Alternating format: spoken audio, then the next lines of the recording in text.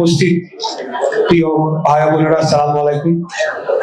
আর একটু পরে সম্ভবত এশার জামাত শুরু হবে, পাশেই মসজিদ, তাই আমরা তখন মাইক অবশ্যই ব্যবহার করব না। এই জন্য আমি বক্তব্য কিছু দিব না।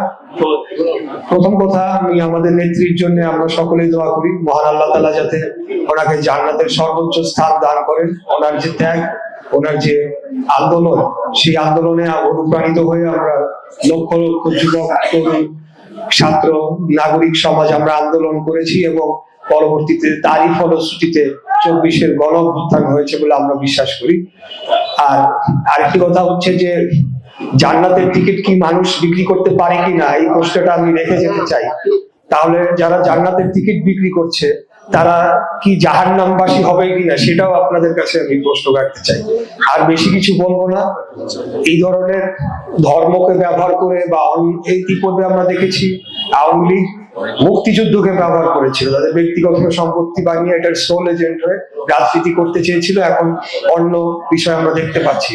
আমরা রাজনীতি করি জনগণের জন্য, মানুষের জন্য, মানুষের অধিকার দাবি দেওয়ার আন্দোলন করার জন্য এবং তাদের দাবি আদায়ের জন্য। আগামী দিনেও সেই ধারা অব্যাহত থাকবে।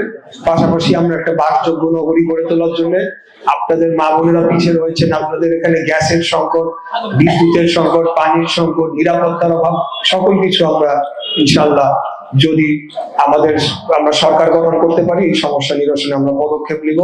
এই বলে আপনাদেরকে আবারও ধন্যবাদ ও কৃতজ্ঞতা জানিয়ে আমার বক্তব্য শেষ করছি। আল্লাহ, সবাই ভালো থাকবেন।